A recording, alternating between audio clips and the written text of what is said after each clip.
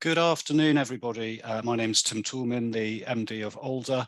We are a crisis communications firm based in London, and we help clients deal with the communication demands that arise from any crisis event, whether that's before, during, or after it occurs. So we're helping people deal with things from multi-fatality events through to arrests of staff or employment disputes. And really, we focus our attention not just on that crucial period during a crisis happens, so responding with stakeholder Q&As, with statements for the press and so on, but also helping people get ready for the crisis by creating crisis communications manuals, for instance, training people, and then after the event, helping them to recover from their problem by helping to rebuild their image. So welcome to our webinar. I'm joined today by Ben Griffiths, who is our specialist partner for media relations.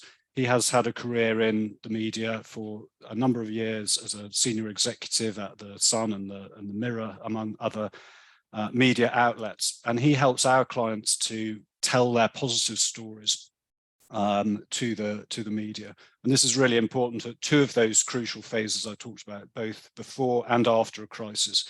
So beforehand, it's about ensuring you have a good reputation.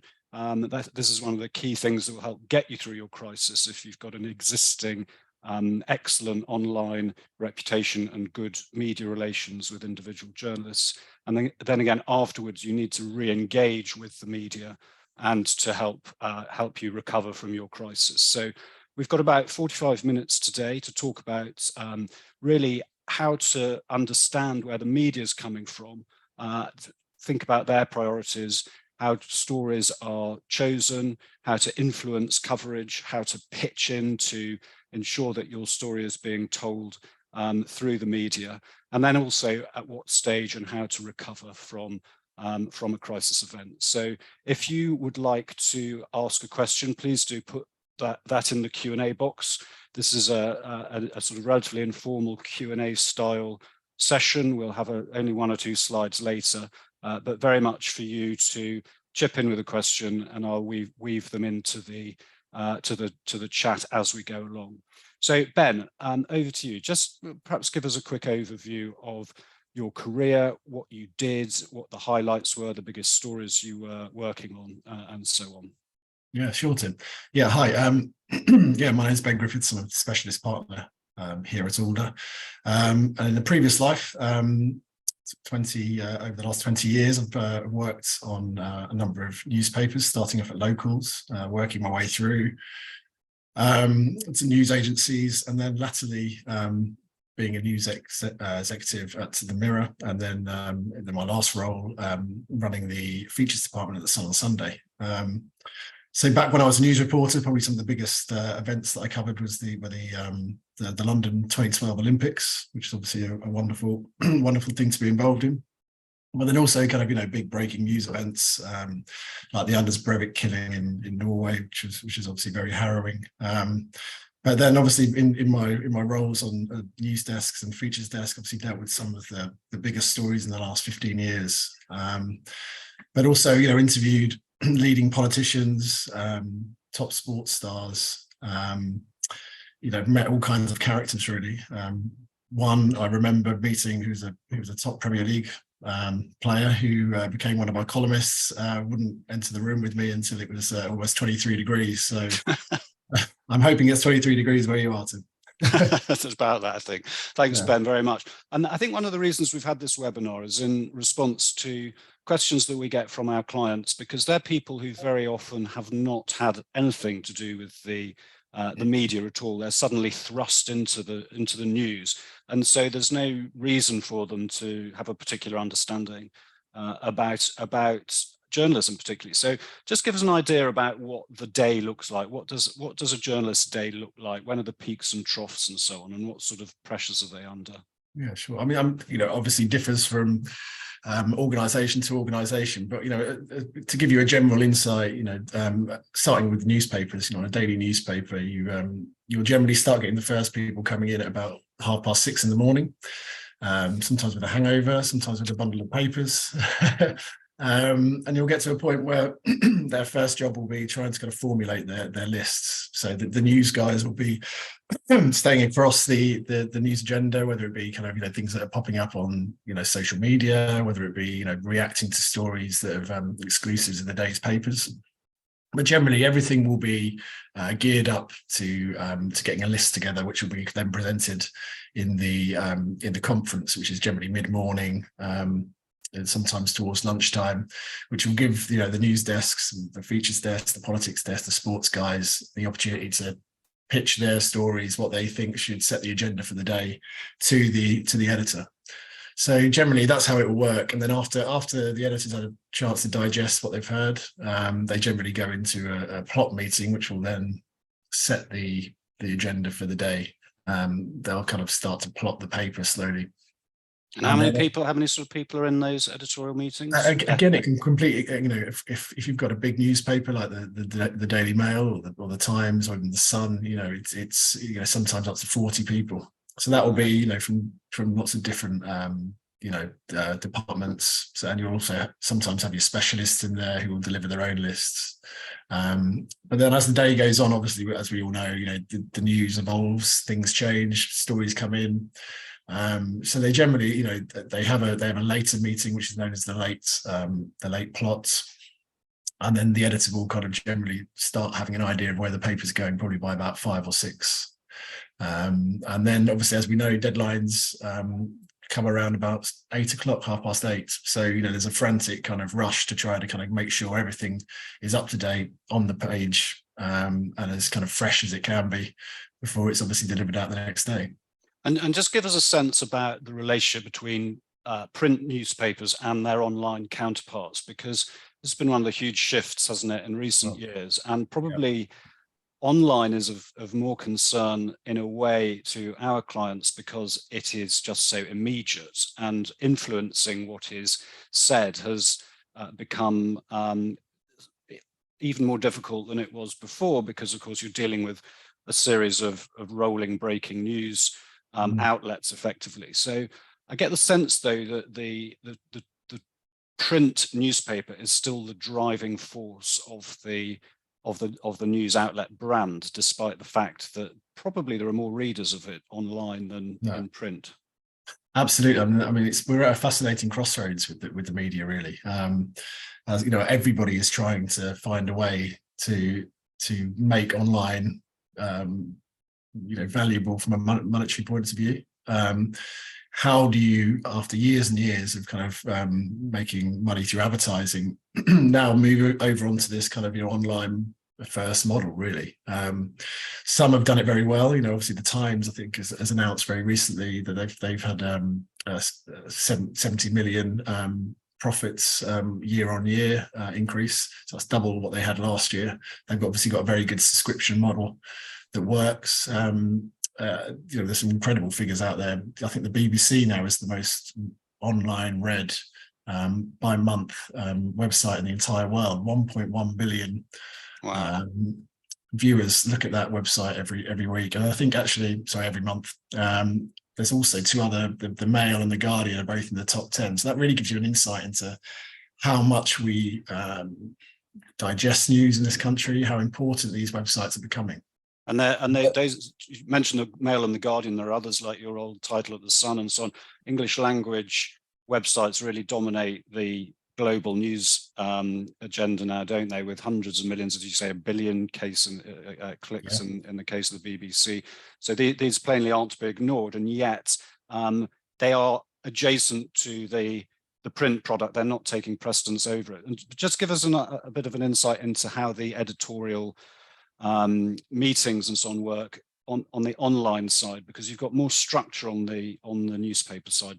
I mean, as I was mentioning there, generally it's barring a kind of huge event, the day kind of runs as it would every day on newspapers. However, online you'll have a morning meeting, but things will obviously be rolling throughout the day, throughout the nights, and I think generally, the rule of thumb by lots of online editors is to try and get things up online in between the hours of 6 a.m. to 10 p.m. Obviously, that's when the most most viewed their website generally is.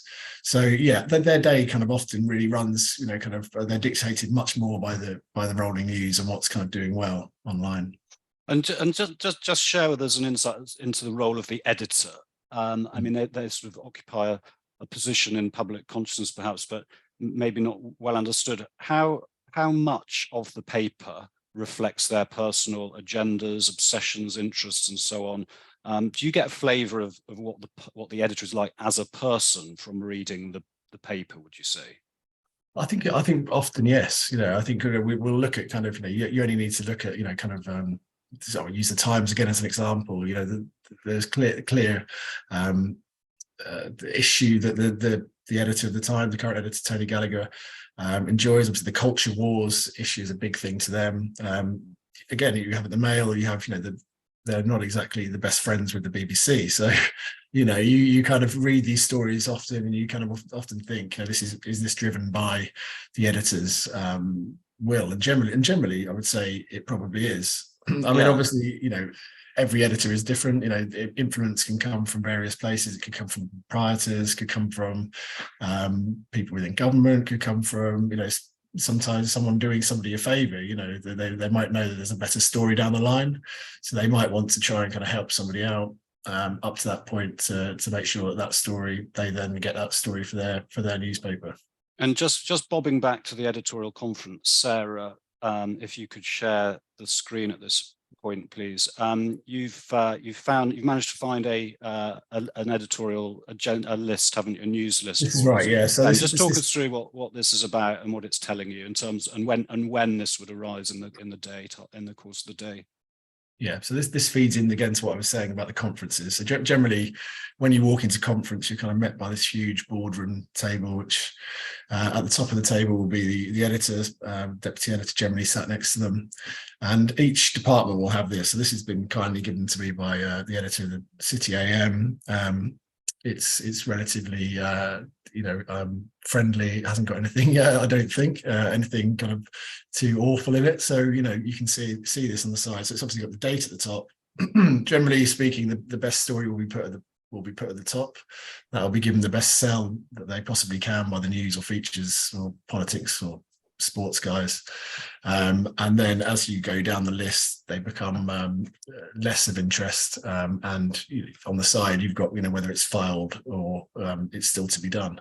I think what's important to realize is that every editor does this differently. So certainly before, when I worked at the Mirror, there was one editor we worked for who liked to pick her own kind of best story of the day from the news list. So occasionally on the news desk, you would almost kind of try to kind of second guess them and put the best story slightly lower down the list, in the hope that they thought that they would be succeeding in taking that story, plucking it from the middle of the list. And secondly, I remember Tony Gallagher, the current editor of the Times, when he came into the Sun, which is obviously his job before moving over to the Times. The news list went from one page, which was generally about 20 stories, to about 40 stories, and it kind of went over about 3 different pages because he was a lot more forensic. He wanted to kind of manage the kind of smaller stories that went in the paper. So again, every editor is different, but generally speaking, this gives you an idea of how stories would be presented. And we just had a question from someone, Ben, who's dialed in, who has asked, why is there no sort of uniformity in the news coverage? Why do some outlets choose certain subjects which are plainly very newsworthy, but others just ignore them completely? This person chose an example, something that was strongly leading in a story about a school, which was strongly leading in the Mail and the Telegraph over the last few days, but was not covered at all by the BBC, even though there was some obvious interest there. What's the answer to that? I think the answer really is it depends completely on the title, because it can be all down to an editor's whim. It could be down to an agenda that they're trying to kind of encourage. So it could be down to a number of reasons. It could be, again, down to an editor wanting to try to kind of keep something going, so there might be a story, an issue that they feel they've taken ownership of. And if that particular story fits that agenda, they will often kind of follow on with that and kind of try to push that story. Again, for the reason why you would keep it out the paper, you know, there could be a number of different reasons as well. You know, it could be to the BBC don't feel comfortable with running that story from a legal point of view, or they might just feel that actually that doesn't do the, you know, the numbers online. It might not be of interest, they feel, to their readers. Thank you. And then just thinking again about how news is gathered, there are many different titles, aren't there? We've talked about online and print, but there's also rolling news. There are news agencies, there's regional newspapers. How do they fit into the whole ecosystem? I'm particularly actually interested in news agencies, because in the past, people would often say rather cynically, well, they're sort of doing the national media's dirty work for them. They're doing the grubby door knocks and so on, and spinning stories unfairly. Is there any merit to that, or just explain to us what their roles actually are? Yeah, no, I mean, I think there is, to a degree, there is merit to that. So basically, so just to explain, so a news agency generally is the conduit between grassroots news, you know, stuff that is generally and historically picked up by local newspapers or regional newspapers, and news agencies generally turn those things into national issues. You know, try to kind of make them of interest to a national audience or national newspaper. I worked at Ferrari Press Agency, which is well known over the years, run by Lino Ferrari, who was a very good journalist. He's the father of Nick Ferrari. You know, they are facing tougher times, and that is generally because, unfortunately, regional newspapers are struggling, and have got to a point where, you know, I think when I first started, there were seven news reporters alone in the Welland Hatfield Times newsroom. Now, you know, I think that now doesn't even have an office on patch. It kind of exists somewhere else. So if you're talking about the ecosystem, if they're not producing local stories right at source, the news agencies struggle to pick things up and struggle to give things to the newspapers, and that has kind of seen, unfortunately, the decline. But generally speaking, going back to your last point, which is basically about, you know, them doing maybe the perception that they seem to be doing the dirty work of the nationals, I think that has been the case. But I think on the whole, you know, it's generally down to resourcing, really. You know, kind of newspapers, I think one misconception to kind of dispel is the fact that newspapers aren't as big as they used to be. So they still have a use, news agencies, in the regards that they kind of help to fill those staffing numbers that weren't there. So when a news editor turns around and maybe used to have 30 reporters there may only be 10 now, you know, so they need to find those reporters from somewhere else, and often news agencies fill that void. Thank you, that's really interesting. And just talking about the changing nature of the media, the boundaries have become arguably quite blurred these days between the Sunday newspapers and the daily newspapers. It used to be the case, didn't it, that they were very rigidly distinct and they jealously guarded their independence and their independent identities. That's changed a bit, hasn't it? But there's still a role for the Sundays in terms of changing and then shaping the agenda, isn't there? Can you just explain a bit about how they fit in? No, absolutely. I mean, I think, you know, this is very broad brush, but I think, you know, you almost need to look at things post News of the World, pre News of the World, post News of the World closing, really. I think, you know, 15 years ago, you would have looked, you know, for all the Sundays as, you know, being the things that set the agenda throughout the week. But now, really, you know, I think there's almost, you know, they're still trying to do that, and there still is an importance for the Sunday. I think increasingly, because of various, and we'll probably touch upon this later, probably because of various constraints, various issues, it becomes harder and harder to do some of the stories that they maybe historically have done. However, I think it's important to note that because they have extra time, because they kind of, you know, have those 5 days rather than the 12 hours that the daily newspapers have, they do have extra time to atomize. They have extra time to kind of strategize, to come up with an idea of how they're going to get their story into the paper. So, you know, it's still, they still have a great role to play. And I think we should probably, rather than looking at just the Sunday newspapers, I think the weekend newspapers now, I think if you see the Mail on Saturday, for example, it's their premium products of the week. You know, they're very much trying to kind of align how people see weekend newspapers. So maybe previously, before, you might have picked up your Sunday newspaper and read it over Sunday brunch or whatever. Now I think there may even be a little bit more movement towards people feeling like they get that on a Saturday morning. Sure. Okay. And then just thinking about the constraints from it, I think people often don't think about the constraints which journalists are working under. But of course, in our line of business, we're constantly trying to influence the way that a story is covered by reference to the legal frameworks, to the self-regulatory codes, etc., all of which can help actually change whether a story is published or not. Some things just don't appear because they are too difficult legally to write about. But just explain to us the role of the in-house lawyer at newspapers, because we're very often, as you know, we will be helping the in-house comms team to deal with the journalist, or we'll be dealing with it on the client's behalf, and then the client's lawyer will be dealing with the in-house lawyer at the newspaper. So there's this sort of two pronged attack, as it were, or defense, however you want to look at it. So just tell us what role the in-house lawyer has in when do they appear? Who do they speak to? Are they on your shoulder constantly, or are they trying to help you? What happens?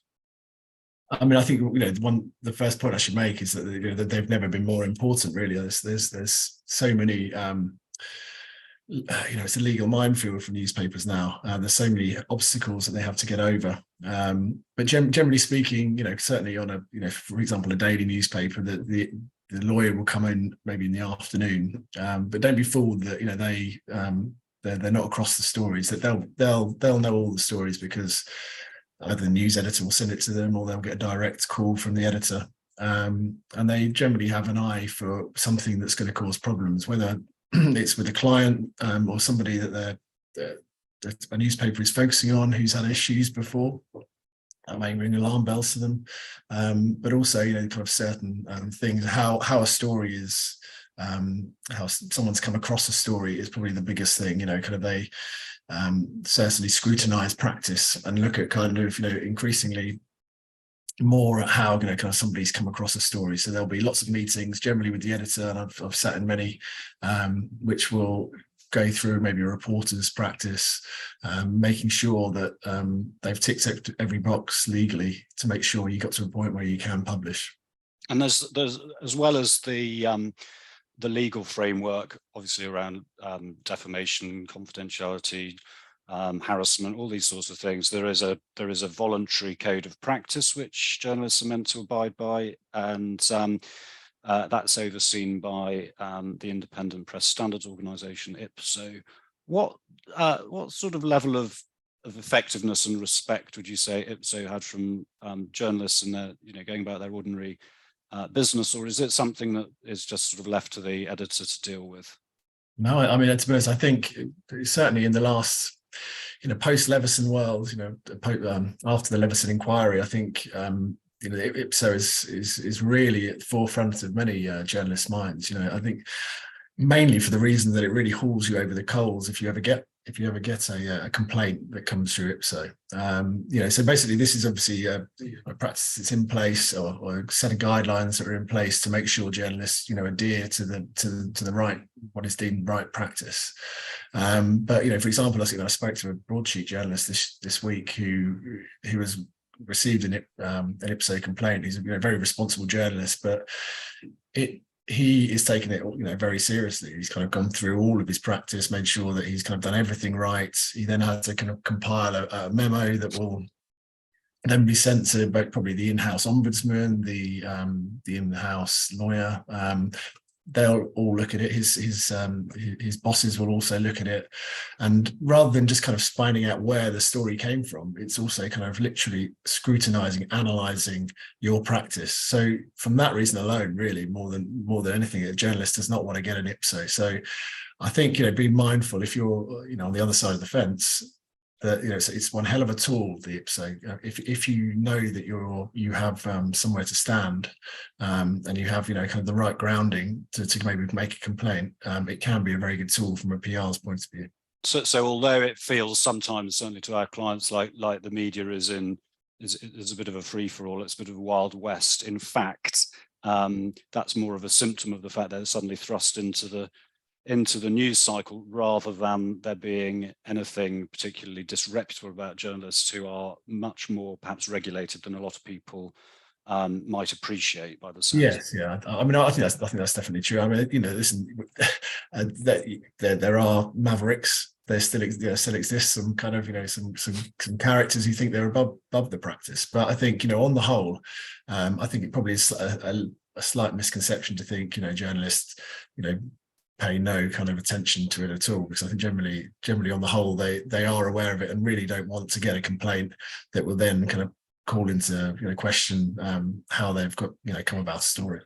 Okay, that's great. We're going to just move on to the next sort of broad topic, which is about pitching to journalists, telling your story in a positive way. And as I said earlier, we often talk, don't we, about the cycle of crisis, where people and organizations they're either before, during, or after a crisis. Now, you're not going to be pitching your proactive news stories during a crisis, but you probably certainly are wanting to be beforehand and afterwards. Beforehand, to ensure you've got a good relationship with the press and a good existing reputation, and then afterwards to recover from whatever setback you have encountered. I still think, though, that people are wary of contacting journalists, and they might not know when to do it and how to frame it and so on. So just give us some insights into how it works well from a journalist's point of view. When do you want to hear from people? What sort of thing makes a good pitch? Yeah, so I think when pitching, there's three things you've got to be aware of, really: when to pitch, how to pitch, and who to pitch to. So I think in regards to kind of what to say in a pitch, I think it's fundamentally looking at three things, really. One is the title, which I think I've received some horrendous emails which would bore the pants off you, and it's amazing how within 3 or 4 words they've completely kind of lost your attention. They've completely kind of bamboozled you with a load of jargon, with a load of in-house kind of references, and you generally don't look at them. I think what's very important to remember is that journalists get so many emails. You can get up to 100 a day from a PR alone, really. Wow. So kind of just being mindful that I think sometimes a simple is this a story for you, question mark, can immediately get kind of the attention of a journalist. And then you're into the introduction, explaining that and I think this is another key thing, explaining that you understand the publication, you understand why you're pitching it to them. One of my bugbears used to be people sending an email going, "Hey, how are you?" As if they kind of knew me. It doesn't sound personal. It's probably been sent to about 400 other people. You probably lost me already at that point. So it's kind of concisely trying to say why you're sending this and why you want to get your message across, and that you understand the publication. Again, avoid sending round robin emails if you can. Avoid sending out things day after day after day, just because somebody's read it, may not have read it the first time, they may not want to read it the second time. So I think you can sometimes you can actually do negative damage to your brand by kind of repeatedly sending something over and over again. Yeah. And I guess if it's irrelevant and as you say, a round robin. And then just, you mentioned the when to email. So, I mean, I'm very struck always by journalists saying they receive hundreds of emails a day. It must be a nightmare. Is there a better time of day to email somebody? Okay, so I think by a rule of thumb, I think it's obviously very hard if you haven't worked in the industry to understand exactly when to do it. But I think as a rough guideline, daily newspapers, as I was saying earlier, formulating a list in the morning. So I think before they get to kind of frenetic and their thoughts turn to the conference, try to kind of think about when they're going to do it. So maybe 7 to 9 in the morning is a very good time to kind of maybe send the pitch in the morning. Then think about a dead area. There's a bit of a quieter time, I should say, maybe in a daily newspaper, journalists schedule from about 2 to 4.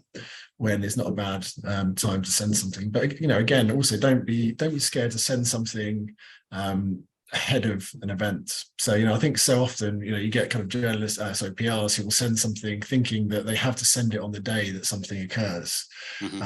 Often that isn't really the case. You can send something, the one thing journalists are is quite good at forward planning. They'll often have a diary or a book that will keep them up to date with stuff that's coming up. So, don't be scared to kind of send something over ahead of an event. And then very finally, I'll touch upon, kind of who to pitch to. I think, again, there's a slight fallacy that you have to pitch it into the specialist in your, say you're in education, you're working in education, that you'd have to send it maybe to the education specialist. That's not entirely the case. Think about the people that are pitching those stories to the editor. So, we're talking kind of maybe the news editor, the features editor. Try to maybe think outside the box of who you could pitch into. Go to those people, and secondly, don't be afraid to pick up the phone.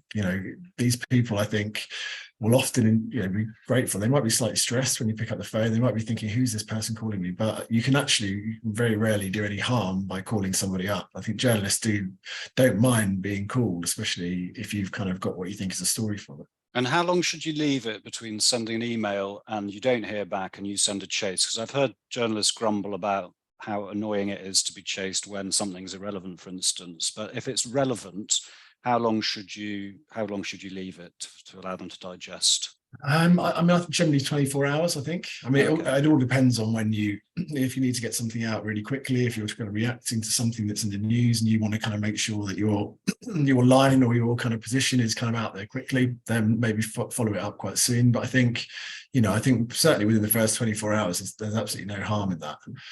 The other thing is, building relationships is such a crucial thing, I think, and journalists, again, certainly the slightly more old school journalists quite like the idea that, someone can give them a call and, pick up the phone, because that's what they do generally. So, don't be afraid to do that. Thank you. Sarah, if you could just bring up that next slide, please, because we're just talking about pitching and we're going to talk about a good example and a bad example. And this actually perhaps surprised people, the idea that this is pitching a story, but effectively that's what's happening here. And you've got some observations about why it started to go a bit wrong for Lancashire Police in the recent Nicola Bulley investigation. Yeah, so I'm sure everyone will be aware of the awful Nicola Bulley story. So this was sent to me by a journalist who was covering this at the time. This is a blanket email that was sent all around by Lancashire Police, and it kind of, I think there's two things wrong with this here. Firstly, I was touching upon it earlier about jargon. The police obviously use this, and it doesn't take a genius to work out what MFH is, missing from home. But a journalist will see that and kind of immediately kind of turn off and just try to look to see what the detail is. So I think there's something there immediately that you could avoid doing. The other thing that may strike you in there as well is the use of, and bearing in mind this was on the 30th of January, it's just a few days after she was missing. She went missing. The phrase "high risk" here. Now, it does raise the question: could Lancashire Police here have kind of really driven this home slightly more? Could they have kind of got to a point where they knew what their message was, and then they actually drove home this issue? Because obviously, as we know, after this, we had all the armchair, detectives, the various ghouls who kind of came out trying to solve the case themselves. Now, could this have been averted if they had maybe kind of followed up a call to a trusted specialist, or kind of contacted somebody on a news desk to give the guidance to say, just to take note here, this person is high risk, and we although we're looking into everything, we also need to guide you against that. So I think it knocks home two things. One is the jargon, the use of the kind of, they have one thing they have adhered to here is keep it relatively brief, but then equally they could have done a lot more with the messaging, and I think that feeds into that thing of trying to kind of know what your message is, get your message, and say it very clearly. I don't think they're doing that, because if we look at the next slide, we see that in the next day, you probably won't be able to read this, but in none of those stories, the Times, the Mail, and the Sun here, is there any mention of the fact that she was high risk. And I think, we obviously know what happened. This is on page 11 and page 13 here. In the coming days, it was very hard for this story to come off the front page. So it very much is a case that, unfortunately, it appeared that Lancashire police kind of lost control of the narrative. Could they have done more in those early encounters? And certainly with that email, could they have done more to really kind of make sure they drove home their message? Yeah, so we're feeling here too much, jargon, not enough framing of the narrative, and not probably decent enough media relations. Thank you, Sarah, if we come out to those slides now. And that brings us on a bit to the value of good media relations and how you build relationships with journalists, not just pitching in individual stories, but how you actually grow a relationship with journalists. Again, some people might be a bit wary of this. Journalists don't have the greatest reputation, with apologies, but sometimes people fear that they're, stitch-up merchants and so on. And yet, of course, there is a huge area of mutual interest, isn't there, in terms of storytelling and the opportunities. So what are your sort of tips for building a good relationship with a journalist? Right. I mean, I think it goes back to what I said, don't be afraid to pick up the phone. So I've had some terrible experiences dealing with PRs, and had some very good ones. I think unfortunately, I've had somebody contact me in the middle of the Westminster Bridge terror attack, trying to sell me something. Somebody just hadn't looked at the news. It's kind of room 101 stuff, but immediately you're thinking, you take note of where they were from, and you kind of think, oh, actually, this person really, and it might be very hard to kind of pitch into that journalist again. But then equally, using one case. I had, the NSPCC, there was a guy who was working there who, when we contacted him about a story we were doing on the AI, the advent of AI and how it was affecting young children in schools, etc. He went above and beyond to contact their sister company Childline, provide stats. When we asked for more stats, he didn't immediately say no. This is what our line is. This is, he was flexible, which I think is another key thing to kind of be mindful of, and came to us with more things that we used. And because of that, obviously we ran the entirety of their comments. We went above and beyond to make sure they were happy, because they were so helpful. Also, this journalist, I then found out, actually then contacted, this is again very good PR, contacted a Sunday news a Sunday TV presenter who was interviewing Suella Braverman, and saw that she was interviewing Suella Braverman, and kind of gave her a lot of information that might be of interest to then kind of potentially ask her information. So again, that's fantastic stuff from a journalist point of view. But I think the other thing is just be aware that journalists are quite kind of simple people in some ways. They do enjoy a coffee, they particularly enjoy a lunch, and they particularly enjoy kind of a free drink. So get out there, meet people, kind of create those connections. Journalists will do this all the time, but kind of get to know the person that you're pitching to. So social media might be scary, and the kind of various things that you find on there might be scary, but it's also a fantastic tool to kind of get to know journalists as well. So kind of find out their interests, find out what football team they support, find out their who they're dating, find out who they're what their interests are, where they've been on holiday. It immediately gives you that connection to kind of then go on forge potentially what is going forward a kind of good relationship. Just back to pitching, somebody on the webinar, Emma, has asked, actually I didn't ask this, I didn't put it this way, what would you actually how would you actually prefer to be contacted, email or phone in the first instance, given the huge number of emails that you receive or journalists receive? I mean, I think in generally speaking, I think it's the timing is important. I think if you're pitching something ahead of time, I think maybe a call is a good time to do it. If you're going to succinctly say what it is, and you're going to immediately follow it up with an email, that's probably the best way to go about it. So maybe I would say, if you have the journalist number to hand, give them a call first, and then kind of have the email ready to kind of send straight away. it immediately gives you that kind of ability. You'll have the number, you're probably able to then WhatsApp them just to say, oh, just checking you got that email, was there any interest? You'll probably immediately get a response because, you know, you've bothered to give that person a call. I think, you know, going back to that point of what I was saying, that, you know, just bombarding people with emails and just hoping that, you know, kind of 2 or 3 bites, you know, I think it's a very dangerous thing, that, because generally those emails often go unread in a journalist's inbox. Sure. Okay, that's helpful. Thank you. We're just going to move on to briefly to the last segment of the webinar. So if anyone has any questions that they'd like us to answer in the next 5 or so minutes, then do get them in now, because I will be able to see them as they come in. So the last bit, Ben, I think relates to recovery from crisis. So lots of all of our clients really, as you know, they'll have been through something that's quite difficult to manage. It's often traumatic. It's often a blow psychologically as well to them. And they have numerous questions of us about how to get back to business as usual from a communications point of view.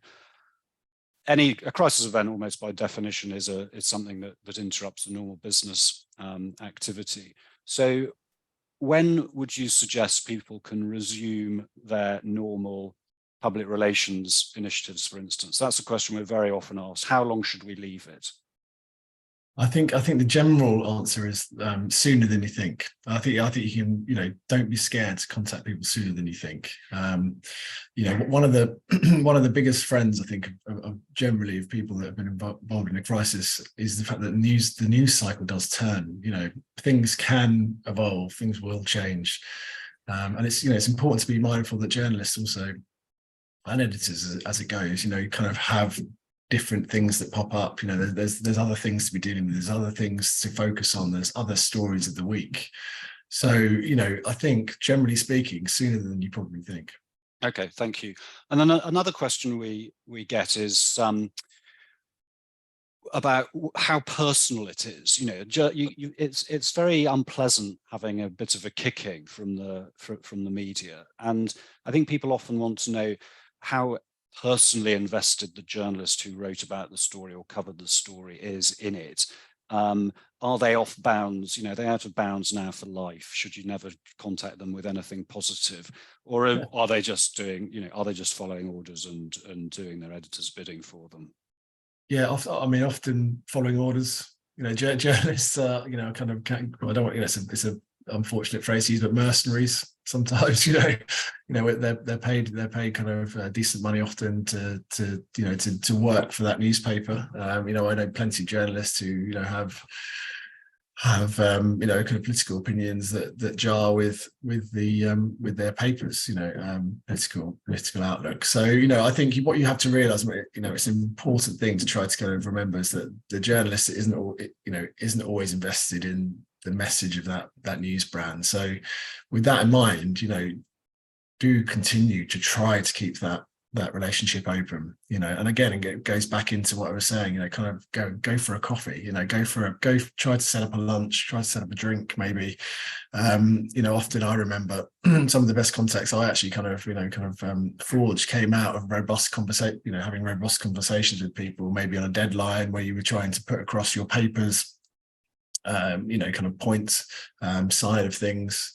And they were obviously kind of, you know, the PRs on the other side were trying to kind of, you know, defend their organization side of things. But, you know, actually the minute you meet, you realize that both of you actually have got a bit in common, because you both were kind of fighting for each other's, you know, employer. So the minute you do that, I think, you know, even though you may think initially, oh God, you know, it's going to be difficult for us to come back from that, don't be afraid to try to kind of set up, you know, to kind of, because I think in the long run, it will help you kind of further down the line, you know, and you can kind of help to kind of build bridges going forward. Okay, thanks. Just another question in, slightly jumping back again. That's my fault for not picking it up straight away. What are the key things you're looking for in a story? Is there a recipe for successful framing, or key elements that will make an editor put the story forward? Is there a recipe? It's a good question, isn't it? Is there a sort of It's a good question. formula, or is it just highly individualistic, depending on the I mean, journalist it type? is to each, it's kind of, it is to each brand, really. I mean, I think, again, it kind of goes back to what I was saying about kind of understanding the place you're pitching into. And I think, from a journalist point of view, the good PRs are the ones that kind of get the, I mean, you're never going to understand the complete heartbeat of a newspaper from being on the outside, but, try to, and I think the best way to do it is read, either if you get a copy of the publication, or kind of have a good scour of the news sites, kind of get an understanding of it, and then try to kind of think about the things that generally they like. So, if I was going to use the example of the Sun, where I previously worked, the things that kind of get them, football does well, various other things. So you kind of, if you were to kind of get something that had a link to football, to kind of an issue of the day, if it had a bit of humor as well, if you had a way to kind of make that, that would help it get in. But I think in regards to kind of a recipe, it's very kind of individual really to each news brand. Thank you very much, Ben. That's very helpful. I think we have covered a huge amount, 45 minutes. We've talked about how editors work, how the relationship between journalists and the newsroom works, and the different types of media outlets, pitching, recovering from negative media coverage. So I hope everyone's found that helpful. If anyone would like to nobble Ben for a bit of consultancy, then by all means do. Inquiries at alder-uk.com or ben.griffiths@alder-uk.com. Otherwise, I think we will draw things to an end here, and thank you all very much for joining us today. Thank you very much. Bye.